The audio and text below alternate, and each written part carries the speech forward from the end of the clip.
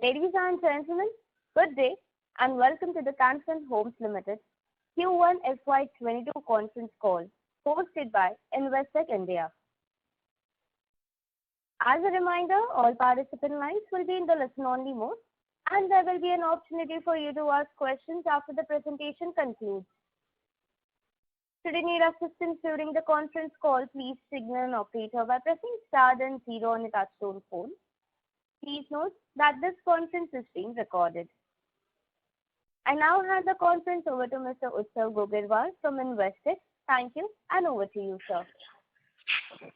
Thank you, Rutuja. Good afternoon all. Welcome to the Q1 FY22 earnings conference call of Can Fin Homes Limited. To discuss the financial performance of Can Fin Homes and to address your queries, we have with us today Mr. Girish Kousgi, MD and CEO of Can Fin Homes Limited, Mr. Amitabh Chatterjee, Deputy Managing Director, Ms. Shamila, Business Head, and Prashant Joshi, CFO of Can Fin Homes Limited. I would now like to hand over the call to Mr. Girish Kousgi for his opening comments. Over to you, sir. Good afternoon to all the investors. Welcome to Q1 earnings of this year. It was a fruitful quarter in many sense that after lockdown in April, we had tough time managing our book and also to get back business with whatever 45 days available in the quarter. So I think eventually it was a good quarter. I'll talk about the numbers a little later. So let me start with last year Q3 after COVID-1. In Q3 we came back with good growth of 12%, and Q4 was all-time high. We did disbursement of 2,000 crores, which is all-time high in the history of Can Fin, and our NPA was at 0.91%. So if you look at June, 0.91 has come down to 0.9.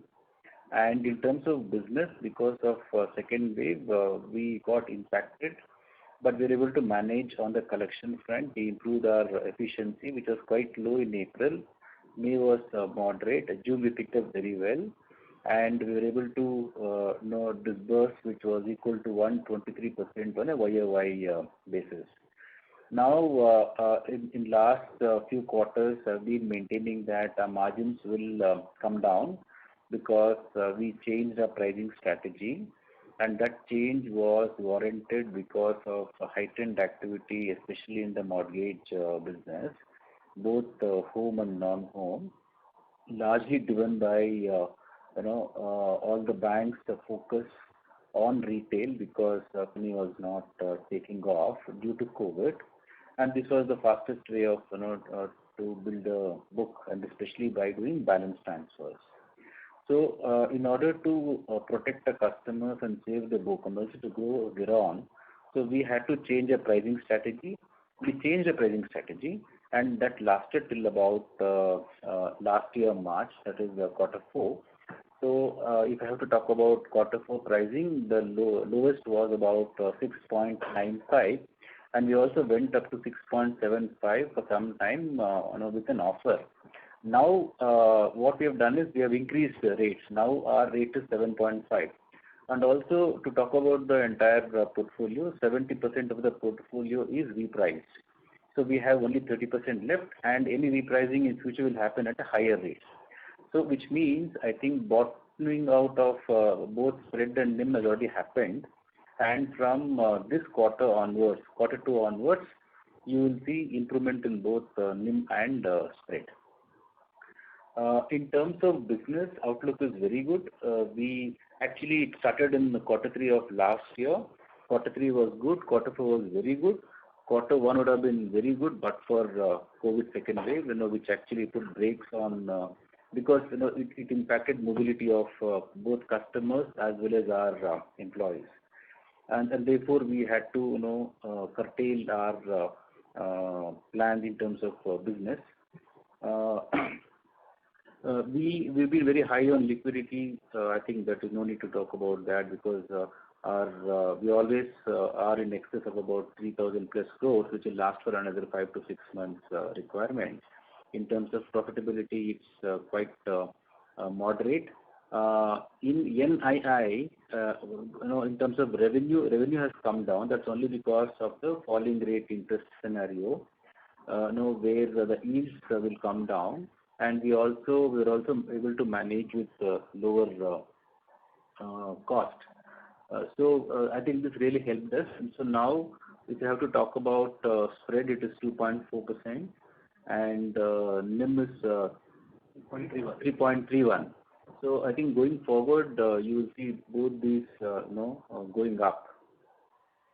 I think I know about all the numbers. I'll be happy to take up any specific queries which you may have.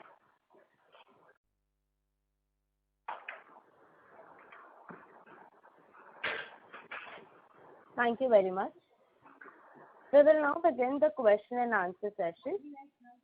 Anyone who wishes to ask a question may press star and 1 on the touchtone telephone. If you wish to remove yourself from the question queue, you may press star and 2. Participants are requested to use handsets while asking the question. Ladies and gentlemen, we will wait for a moment while the question queue assembles.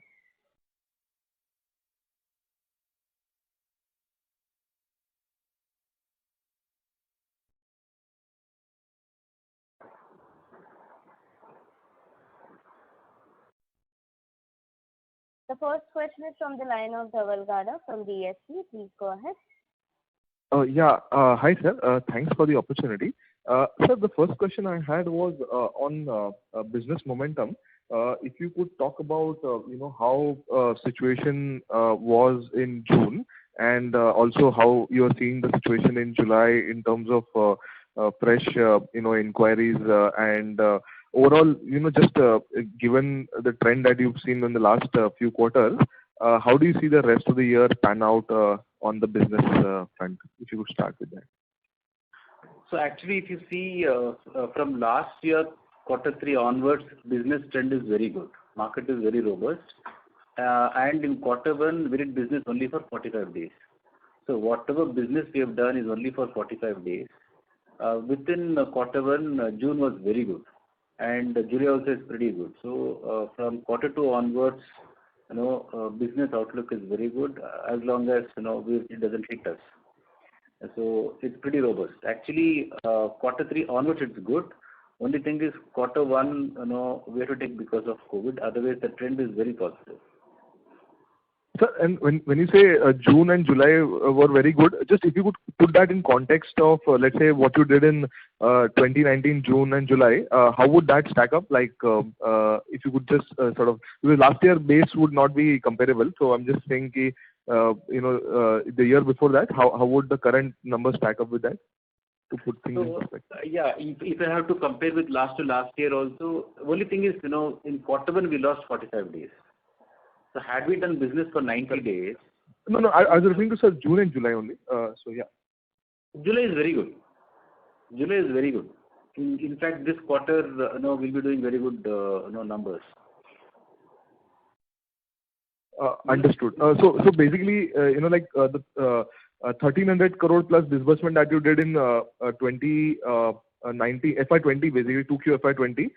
So do you think that should be that run rate or more than that run rate should be doable in the coming quarters? So just will be far better than that number. Okay. Yeah, that's what I wanted. Yeah. Okay. Yeah. The second thing, sir, which I was looking for is on the asset quality front. So now we've had 3 quarters where we've gone back to the pre-COVID credit cost trend.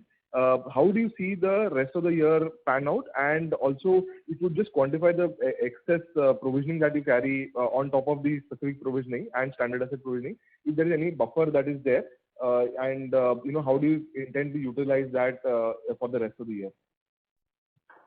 So in terms of asset quality, I think, assuming that there is no third wave, I think we are pretty comfortable on asset quality. And we are holding about 33 crores now, additional provisioning, so which we can utilize if need be. So we are pretty comfortable on asset quality. And if there is third wave and if it is not severe, we'll be able to very easily manage. So the current credit cost trajectory should, should be should be the consistent trend that one should expect, give or take few Yeah, basis it will be points. it will be consistent. Understood. That's it, sir. Thank you and all the best. Thank you. Thank you.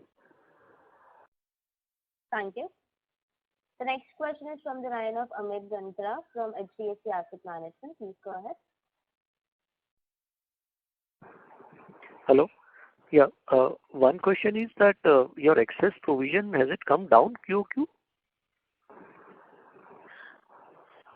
In quarter two, what we have done is we have just set aside against some of the restructuring pool. When you quantify the restructuring pool then? Which actually we are in the process. So I think by next quarter we'll be able to exactly talk about that. See, we were holding about close to 70 crores of provisioning. Correct. So we still have an excess on that. So we have earmarked some amount. So there will be restructured pool. And also going by the trend, what we feel is that once the term gets over, about 15% of the restructured pool would actually turn out to become NPA. So we are well covered for that.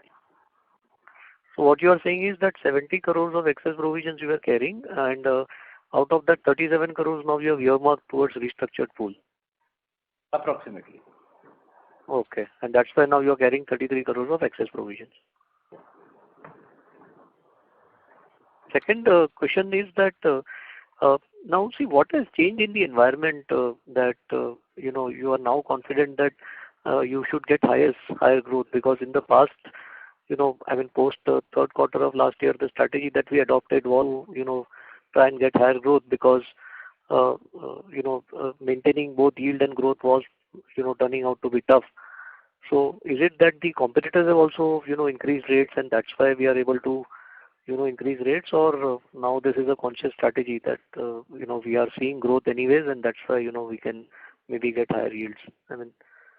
Our growth story is intact. So we had an outlook of growing much faster than market. I think that is still intact.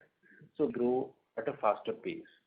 Now we had changed our pricing strategy because of intense competition. Largely because of COVID. Because of COVID, economy was down and certain segments didn't take off for big banks, and therefore all the banks, they were focusing on mortgage, right? So now we see that market is quite robust, and slowly other segments are picking up, which means the intensity in mortgage business by large banks would come down gradually, and therefore we thought we see an opportunity. While we grow at a faster pace, we can also try and improve on margins, which is why, in fact, even earlier I had said that 2.4 and 3, so now we see some opportunity where we can try and improve this from this level. Okay. And one last question from my end is on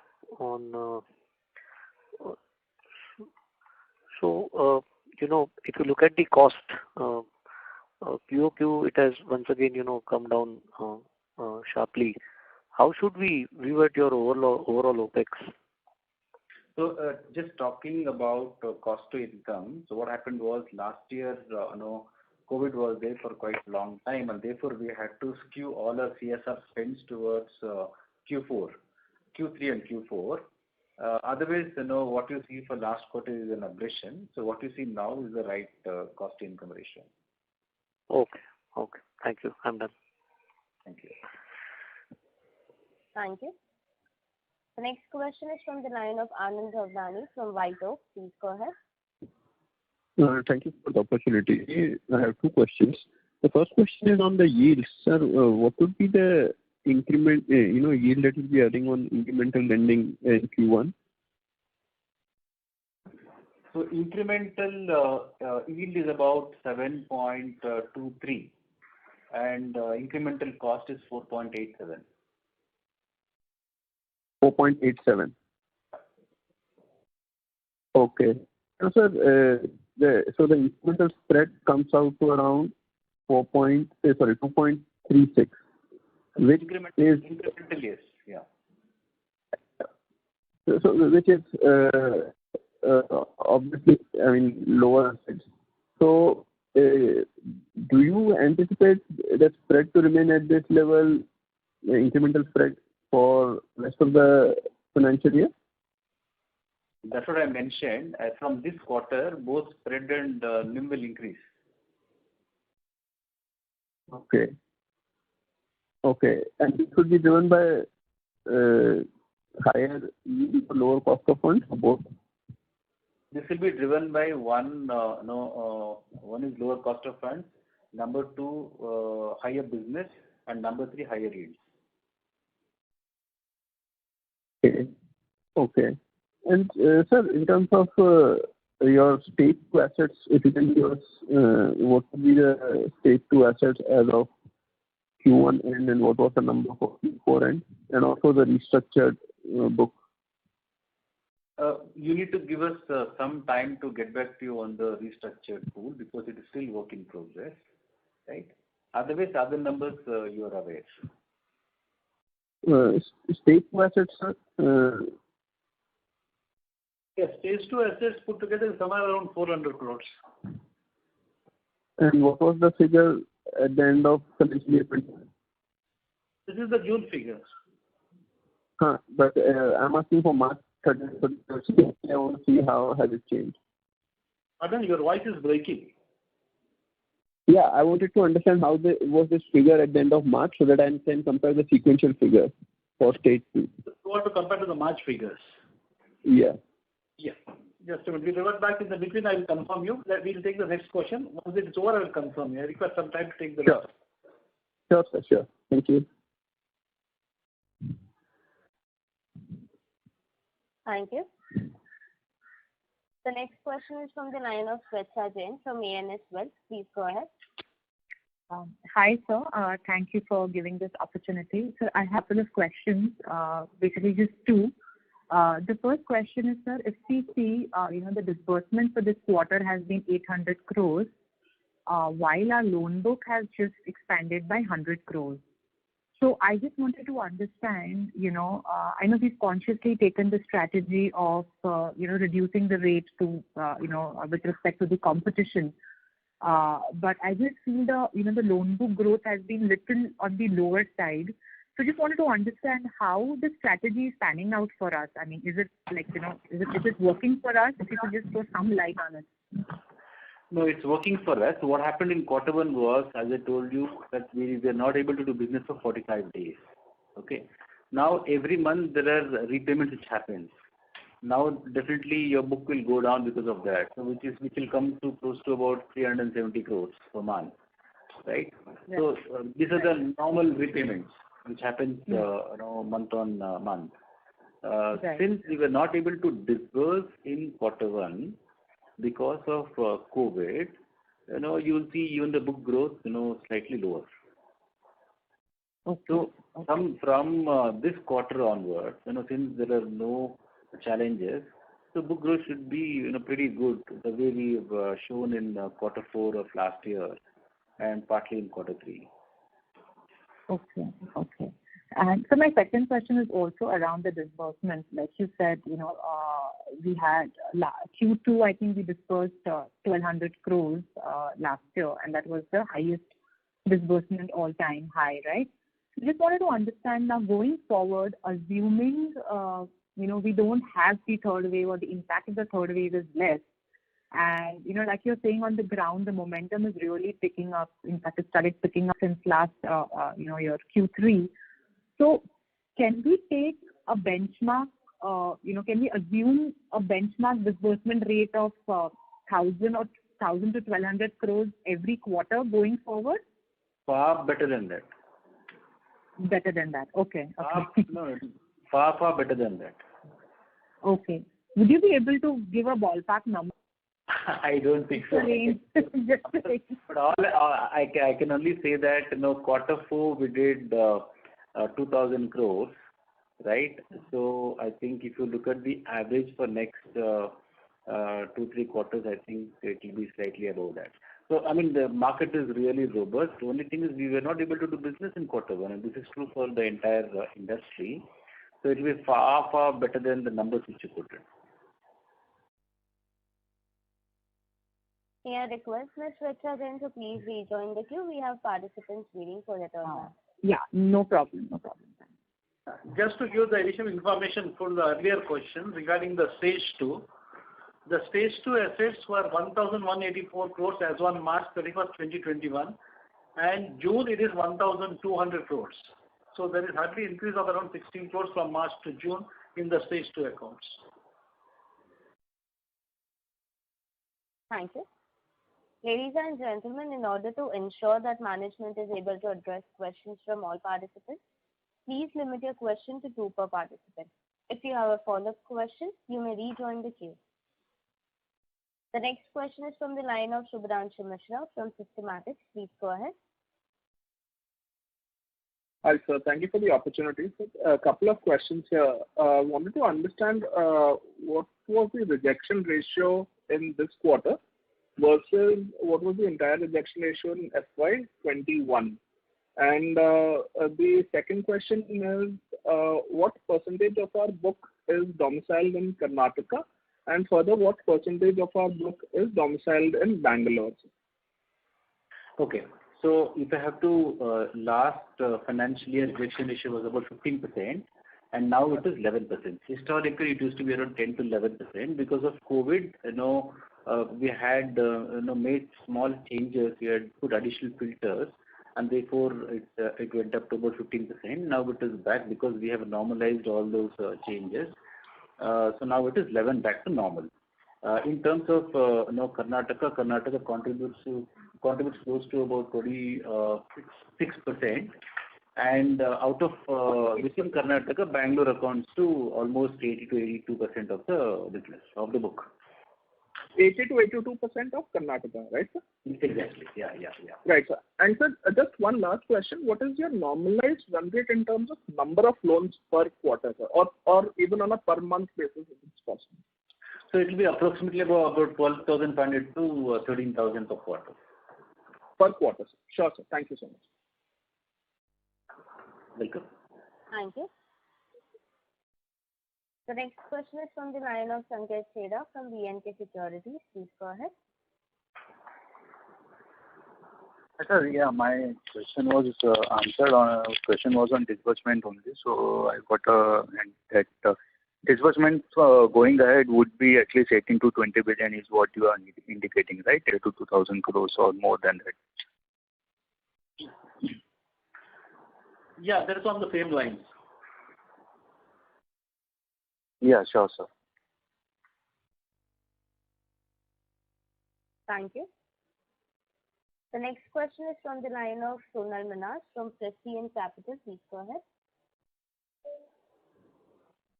Hi, sir. This is Sonal Minhas. I wanted to get some heads-up update on last time when you talked about you releasing the news on the quality of the customers who would be getting added in the loan book, and hence deliberately getting a new set of customers with a higher yield or maybe a higher risk profile as well. So just wanted to get a subjective update from you as to how is that panning out, and what all things have the company done in the last quarter or maybe 6 months to make sure that we are on track on that, basically. So what we did was, since we changed the pricing strategy, we had the ability then to focus on slightly better profiles, rather than saying better, maybe high tickets, slightly higher tickets, so that we can grow our book faster. And all these are salaried, and therefore the risk is lower. So our ticket size went up from 18 lakhs to 20 lakhs. So that's the change. So we also had to reorganize some of the strategies to ensure that we start sourcing more from Cat A and Cat B developers, Cat A and Cat B corporates in some of the metros and major cities. Right? Since we had the pricing power, right? So even now, going forward, we will have the pricing power. We may not be on par with the best banks in the country because we also need to maintain our margins. At the same time, we won't also get back to our pricing strategy, which was there 2 years back, where the differential between the best bank and us was about 150 to 200 bits. So going forward, we will have a difference of about 75 to 80 bits. So we will have that differential. Since we are widely spread, we'll be able to generate that kind of business and maintain higher yield. Okay. And sir, in terms of internal processes to assess, let's say, a customer who's applying for a second house or a moratorium, or let's say a top-up loan or a third house, what additional things have been reinforced in the company to make sure that this is a watertight process and maybe the approvals for that are looked at in a tighter manner because it's a new business that or a new business that you're trying to get into. Just want to understand that from an operations perspective, internal operations perspective. So if it is a second loan and if it's a top-up, then actually the process is simplified so that the tax is better and the customer experience is good. Because we have customer repayment track record with us and we have all the details of the customer, including the repayment, and therefore we have simplified the process. However, this is easier because you have a existing customer, but for a new customer, for a new customer, the same process continues. Where we check on the customer profile, check the property, check his cash flows, banking, and income levels. We are little tighter in terms of calculating the FOIR because this is second property. So we have all prudent credit checks which we apply and apply various filters because it's at the other side of the FOIR, higher side of the FOIR, and then we take a call. So I think these loans have really worked out to be good for us in terms of delinquency. The customer with a better repayment track record behaves well in our book.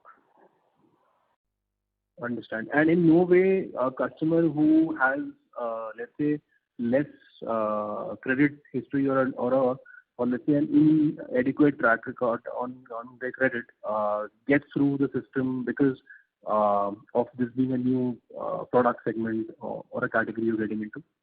No, we have a mix. We also cater to first-time borrowers. When I say first-time borrowers, home, because customer might have a credit card or maybe a small unsecured, so which will not give us the credit history in spite of referring to bureau. So we have a lot of customers who would be first time into major exposure, and therefore our internal risk assessment becomes the key. We have a scorecard to assess risk. Our scorecard is nothing but a mini bureau. So we apply various parameters, and then there is a scoring done, and then the risk tagging gets done. So based on that, we price and we take exposure on the customer. Because of our internal risk assessment and underwriting, we are able to control that. But we have good 40% in the portfolio, which is doing very well. Thank you. The next question is from the line of Shalini Vasanta from the DSP Mutual Fund. Please go ahead. Hi, sir. Sir, I wanted to know the amount of your CP borrowing. And also you had mentioned that the incremental cost of borrowing is around 4.8%. So how much of this would be coming from the CP? CP. See, actually... Yeah, how much it is? Yeah. See, CP we take only as a backup. We don't raise CP for funding. So only if we have, this is our internal policy, only if we have unutilized OD and sanctioned unutilized term loan limits, only then we take CP. So CP is used more to leverage on cost and not for funding. Okay, so as a policy, you would have unutilized bank limits against all the CP borrowing. It is an unwritten policy. It's not a documented policy. But since we have to keep our cost low. Since we are high on liquidity, I think it is aiding us to keep our cost low by raising CP as well to leverage on cost. Sure, sir. That helps. And how much would that number be, if you could give us a number? CP number? Yeah. It's about 4,200 crores now. Okay. Thank you. Thank you. The next question is from the line of Manan Tijoriwala from ICICI Prudential Asset Management. Please go ahead. Hi, sir. I have a couple of questions. So first on the reported yield, I see that they reduced by 140 basis points. I'm not sure if this was covered earlier. So is there an annual reset also that contributes to the reduction in yield? Yeah. So, for example, we have repriced 70% of our portfolio. We do annual reset. So, it works in both the ways. When the rate goes down, our portfolio will get repriced on the lower side. When rate is going up, it will get repriced on the higher side. So now, for example, interest rates started moving up. So you will see in next few quarters, the entire portfolio will get repriced on the higher side. So it helps on both sides. So now we are almost at the fag end of the falling rate scenario. And so next 1 to 1.5 years time, we will see good lift in the yields on portfolio. Because you're saying that 70% gets repriced annually. So is there a quarterly repricing as well, which is why you expect the yield to go up? No, it's done on a monthly basis. It's done every month. So a certain set of customers would fall due for conversion every month. So in 1 year, you would have covered the entire cycle. Okay. Fair enough. So, for example, now if say you would have generated a loan which was at around say 6.9 or whatever was the teaser rate at that point. So, how much would that get repriced this year? It will be at the card rate. For example, now any repricing now will happen at 7.5. So any repricing in March would have happened at 6.95. So whatever is the card rate at that given point in time, let's say in that particular month. For example, let's say 2 quarters later, if my card rate is 8%, any repricing will happen at 8%. Right. So basically the lowest rate guy gets the lowest rate now. Okay. Exactly. So now we have seen almost end of the downward rate scenario, which is that we also increased rates from 6.95 to 7.5. So I think going forward, we can see upside on yield. Fair enough, sir. And sir, how much of your portfolio would be, say, probably below 7% in the entire portfolio right now? You're saying less than 7 or more than 7? Less than 7. Less than 7 may not be much, but for the origination, what we did, in a part of quarter 4, so that will be, let's say, about 1,000 odd crores. Not 1,000, sorry. Yeah, it will be 1,000 odd crores. About 45 days will be about 1,500 crores max. Because we changed the pricing, somewhere the mid of the quarter. So if you take that into account, even the repricing and this all put together, it will be about not more than 2,000 crores. Okay. Got it. So one last question. So of your borrowings, so whatever is above 7%, how much of it would come for repricing in this year? Linked to the repo plus spread. All the borrowings are linked to the repo plus spread, whatever we have from the nationalized banks and other banks. Whatever we borrow from the National Housing Bank is linked to their lending rates. CP as well as the NCDs are at the market rate. So as and when the repo changes, the rate will get cheaper. So one is that, and number we also proactively engage and negotiate with all the bankers. We've been doing it for last few quarters, to get our term loans repriced on the lower side. Thank you. The next question is from the line of Sagar from DSP. Please go ahead. Sir, just one clarification. So on the, you said that you'll give the restructured number in the next quarter, but just the amount that you sort of kept aside, 37 crore, and if I assume 10% coverage on that, that amounts to like 1.6, 1.7% of loan. Is that broadly where we should be, approximately? Yeah, it will be less than 2%. Less than 2%. Okay, got it. Thank you. Thank you. Ladies and gentlemen, please limit your question to one per participant. The next question is from the line of Amit Ganatra from HDFC Asset Management. Please go ahead. So can you provide the total borrowing number for this quarter? What is the total borrowing quantum? Incremental borrowing you are referring to? Not incremental, total. It was 18,246 crores in the fourth quarter. What would be in the first quarter of this year? It is 19,002. And out of that, you mentioned that some 4,000 crores is CP. Is that correct? Yeah. See, if you want to know the bucket mixing, banks 42 to 47%, NHB is 25, Market borrowing consisting of CP and NCD is 26, and balance 2% is from the public deposits.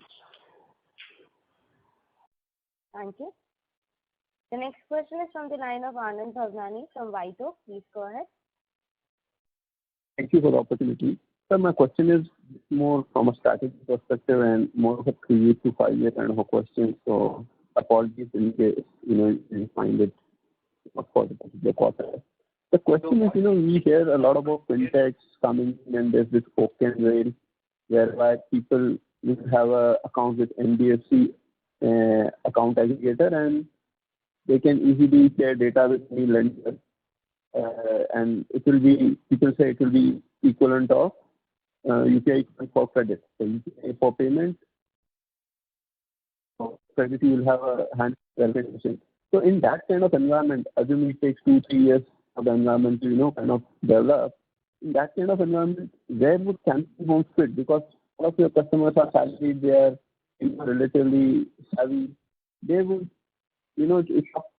for a better rate, and they will go out. So 3 to 5 years out, how would Can Fin Homes be able to sustain its book? And if you can share any thoughts or any plans you are building to avoid that kind of sharp deterioration in book because people move out as technology makes it very easy. I think very good question. See, as long as there are banks in this country, as long as there are HFs and NBFCs, there's going to be differential in pricing, and therefore it becomes very critical to keep our cost low, and also ability to generate business at a higher yield.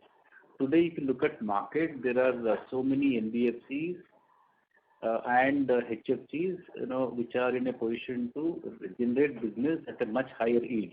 Today, we have mortgage book at 16% yield, at 18% yield, at 15% yield, and also at maybe 7% or 8%. So market is quite big, and I don't think that should be a worry. As long as a company is able to manage on both sides. One is trying to generate business at a higher yield, and also control cost, in terms of borrowing. So fortunately, we are in a position to keep it low, and we have the ability to generate business at a higher yield. We have done this for almost 31.5 years, because only in last 1.5 years we could see some change in the pricing strategy. Otherwise, always our pricing was about 150 bits higher than banks in general.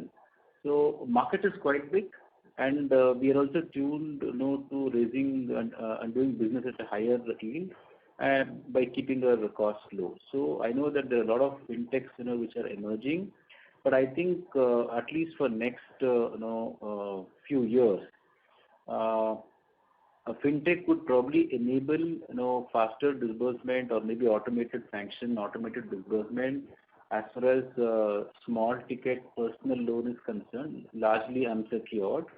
But for huge exposures, because there is a property, and therefore there is a legal and technical angle. And currently, if you see in India, both legal and technical are not automated. So there is no one deposit or one repository where you can refer to and then take a call. And therefore, it will be difficult even for a sanction. So pre-approval would be difficult, whereas pre-qualified is a way out. We are also working on that we can just do a bureau pull and then give a pre-qualified our limit to the customer, subject to verifying asset and other documents.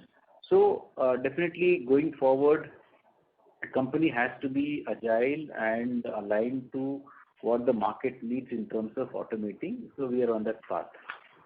Only thing is, because this is home loan, long-term product, more of a human touch is required in terms of servicing, and there is one more leg of property. This might take much longer compared to other loans. And second reason is that this is a high-value loan. So, we talk about 15 lakhs, 18 lakhs, 30 lakhs, whereas small ticket personal is hardly about 1 or 2 lakhs. Even high ticket unsecured loans won't go through this channel at this point in time. Thank you. The next question is from the line of Abhijit Tibrewal from Motilal Oswal. Please go ahead. Yeah, thank you for taking my questions. Sir, I have 2 or 3 questions. Maybe I can ask all of them to you now, and then you can answer them one by one. Sir, first of all, congratulations on a very strong asset quality during such difficult times. But what I was trying to understand is, in which stage have you classified your restructured loan pool? And what's the pipeline like for your restructured book now?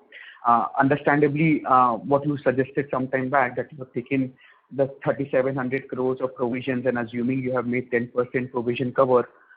Other than that, that is the restructured pool that you have already restructured. I mean, the loan pool you have already restructured. But what's the pipeline looking like now? Because, people can still apply for a restructuring, is the first question that I had. The other question, sir, that I had is, sometime back you shared your stage 2 numbers, and very hearteningly, it's kind of just moved by about 16 crores of QOQ. So what is the provision cover that you are carrying on these stage 2 assets? And so lastly, your incremental cost of borrowings during the quarter, which was 4.87%, is it largely because during the quarter you raised money in the form of CPs and NHB borrowings, and going forward, when you will have to borrow from, let's say, debt markets and from banks, the incremental cost of borrowings can go up when we don't have enough and more available from the National Housing Bank? So the last question is, in the past you have guided on spreads of 3% and NIM of 2.4%. Given that during your opening remarks you alluded that these spreads and NIMs have now bottomed out, what is your guidance now? Thanks. Those are my questions. Okay. So on the restructuring, we have identified, some are done, some are in the process. So we have identified, and therefore we have provided. But I think the overall number is going to be about 2%, which I indicated, on the restructuring part. This is an approximation number, and based on the past trend, about 12 to 15% of this pool has probability of moving into NPA. Right? This is on the restructuring part. And on, I'll come back to SMA. On cost of funds, this quarter incremental cost is because of many factors. One is we try to leverage by raising CP. That is number one. Number two, we availed a loan from NHB at a much cheaper rate. Number three, even from all the banks, both private and the PSU, we are able to raise at a very, very competitive rate. In fact, some of the rates are around 5%, sub 5%. Right? So it's not just one. It's not just CP or not just NHB or not just bank. I think blended is able to manage this. Even going forward, we'll be able to manage costs.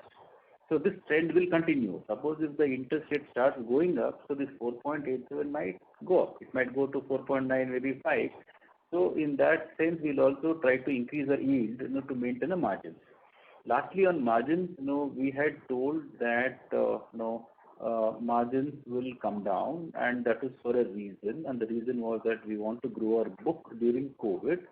Since opportunity available for all the banks and the financial institutions to source and build the book was less due to COVID, BT was a easy kill, and therefore we wanted to retain a book, and whatever business we generate, we wanted to be competitive in a small market available because of COVID.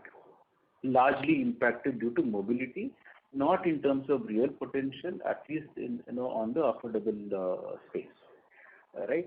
So, why I'm saying that margins will improve over a period of time is only because we saw till quarter 4 we were dropping rates.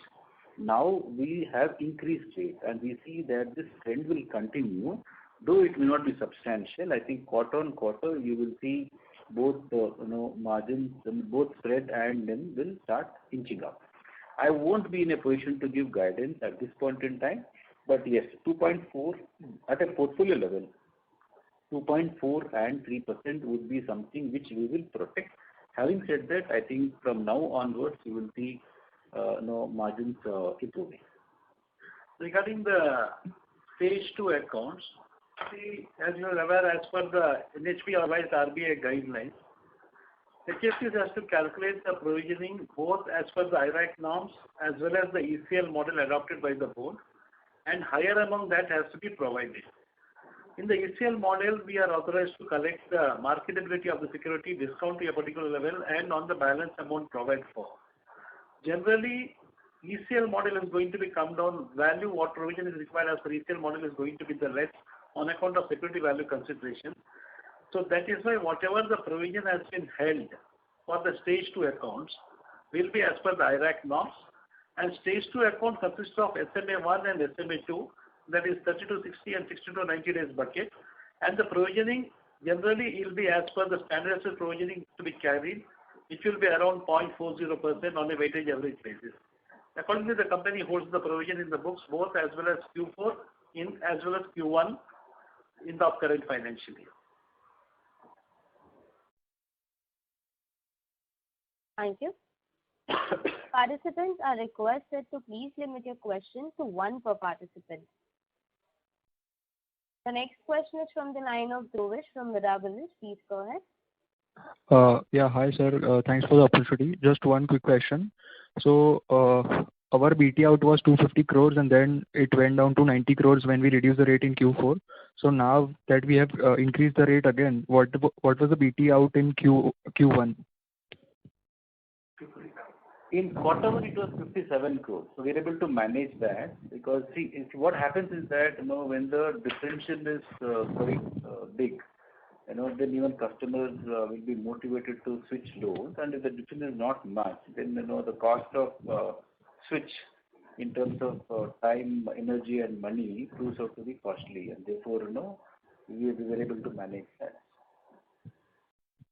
Okay, got it. Just if I can squeeze in a quick question, if you allow. Please go ahead. Yeah.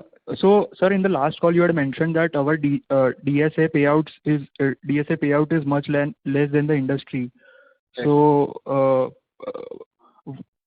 that can be considered as a business risk. I mean, let's say the competitor increases their DSA payout by let's say 20 basis points, then the spread will increase, and as a DSA, he'll prefer to source other NBFCs and not prefer Can Fin. So how do you see that? Since 55% of our sourcing comes through DSA, so it is a substantial thing to be looked at. No, see, this differential existed since decades. Yeah. So it's not now. So this difference in the payout is there since last, I think, more than 20 plus years.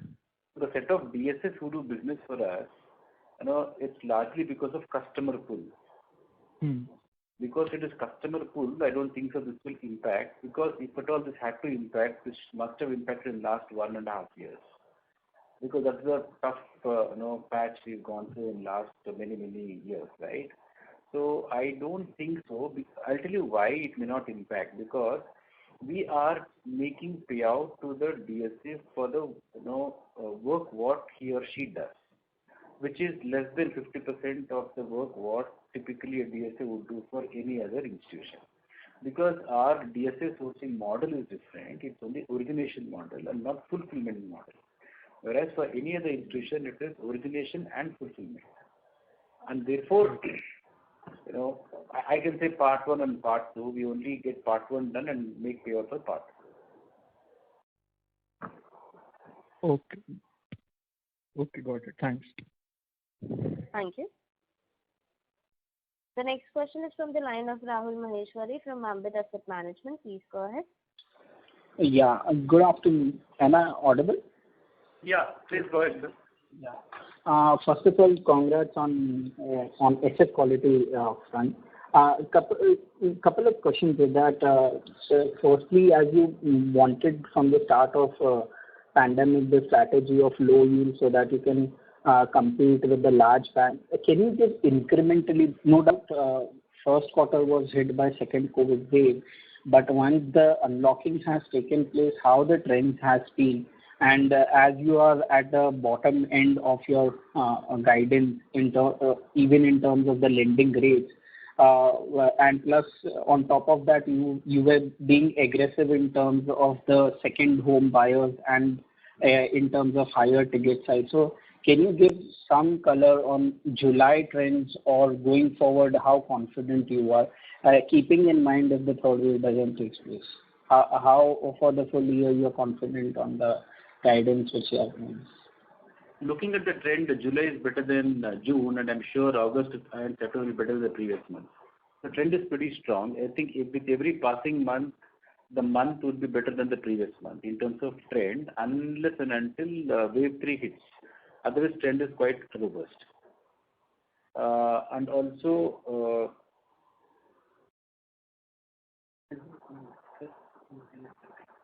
third wave comes, what is the impact in the business? Are we able to sustain it? no, in terms of the outlook, we are pretty, we are well covered, and there is no issue at all. In terms of pricing strategy, it was only for short term because we had to protect our book and also be competitive in the market. And now we've seen no end of that, and therefore I mentioned earlier that you will see quarter on quarter we'll be improving our margins. I would not be in a position to give guidance, but definitely we are seeing, because we are increasing rates. We have increased rates now, right? So I don't see any issue, with respect to that. We'll be able to manage.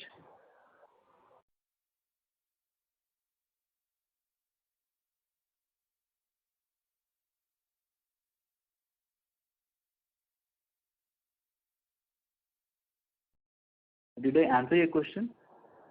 Thank you. The next question is from the line of Ashwini Balasubramanian. I think just a second. I just want to check, did I answer the question? Or have I missed anything? Sure, sir. Mr. Maheshwari? Just give me a moment. May I ask? Please. Yeah. Yeah, sir, just as you mentioned that you have taken a rate hike in the current quarter, and previous quarter, in quarter 4, we have seen a record disbursement trend where the balance transfer was 3x. Now, going forward, as we are taking rate hike, what was the current trend in the quarter 1 of balance transfer in because of the lower yields which you are charging? And how confident you are in terms of balance transferring apart from the normal trends which is taking place because of the pricing strategy which you mentioned earlier, sir? So in quarter 1, our BT was 57 crores, which was much lower than what used to happen earlier. So we have very well controlled that. So going forward, we see good uplift in disbursements, and we'll be able to manage BT of at least less than 100 crores month on month. So what was balance transfer in? This was BT out, I think so, for 57 crores. BT in quarter 1 was not great because of mobility for almost 40 odd days. So BT in generally, we do about 12 to 15%, and quarter 1 it was less than 10%. Okay, and this run rate will continue to maintain despite you have taken a rate hike, yield hike which you have taken? No, going forward, see, we have to make note of one thing. We will not probably go back to our earlier levels of pricing in terms of strategy. Now we'll be slightly higher than some of the big banks, just to keep our yields higher and maintain our margins. In terms of book protection, we'll be able to protect because the differential is not going to be much. And in terms of BT in, we will have a better chance of generating more business through BT in. Okay, sir. Thank you so much. Thank you. Thank you. The next question is from the line of Sanket Chheda from B&K Securities. Please go ahead.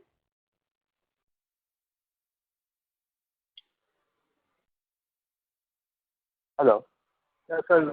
My question was largely on strategy and maybe heading more into affordable housing. Right now, we are doing an average ticket size of about 18 to 20 lakhs.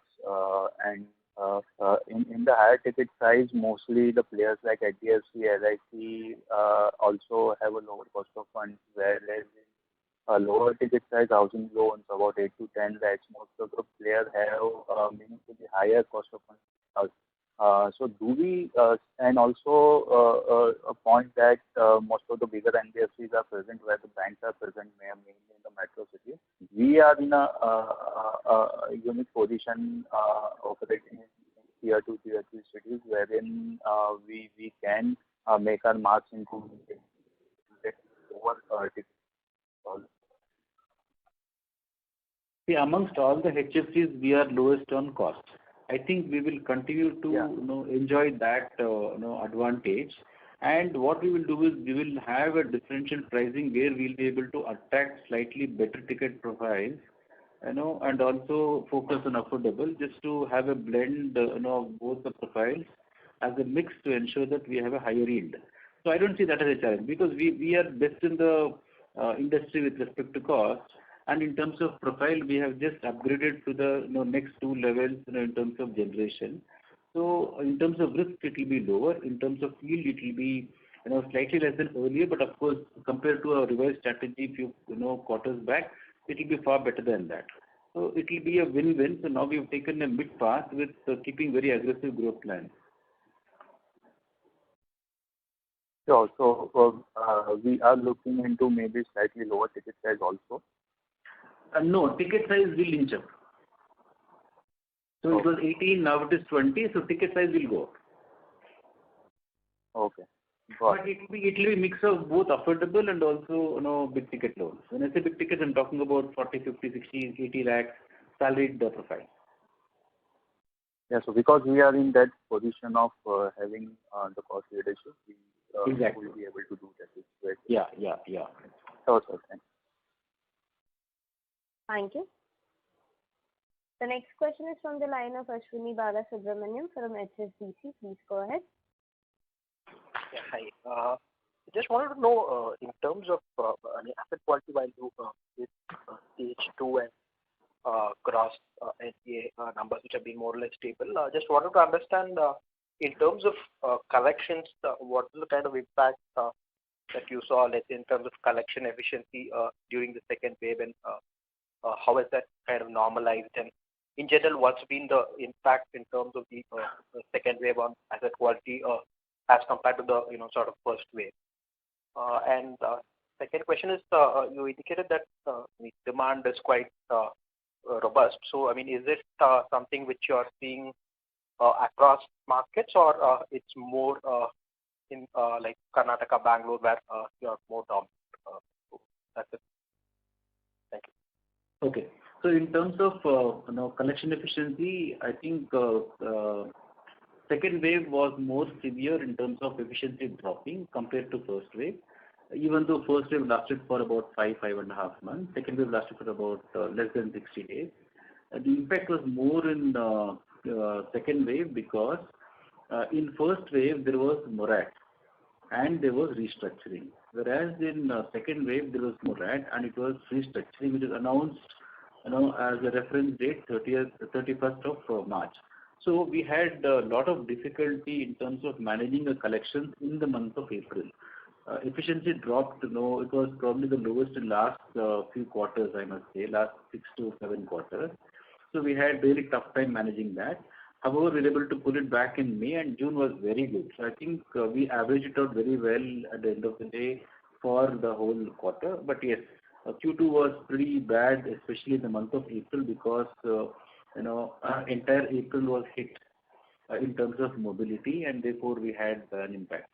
But fortunately, we were able to pull back in in May and June. So overall, if you see now, we don't see any impact on asset quality because of either first wave or second wave. Because even in first wave, if we remember, we spoke about morat percentage. Yeah, we were on the higher side. That's because we gave that option to the customer. We had given a default option to customer. Therefore, we had slightly higher number, and eventually, it turned out to be working pretty well because our NPS didn't increase, compared to what we thought, it would inch up to. Similarly, even second wave has panned out very well so far, and anyway, from this quarter, it will be pretty stable. So, to be very honest with you, we were able to manage both wave 1 and wave 2 pretty well, especially on the NPA front.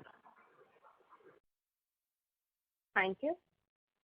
Ladies and gentlemen, this was the last question for today. I would now like to hand over the conference over to Mr. Girish Kousgi for closing comments.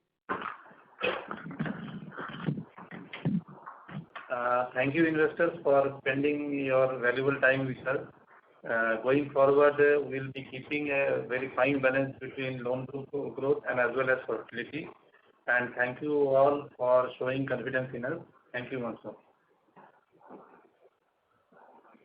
Thank you. On behalf of Investec Capital Services, that concludes this conference.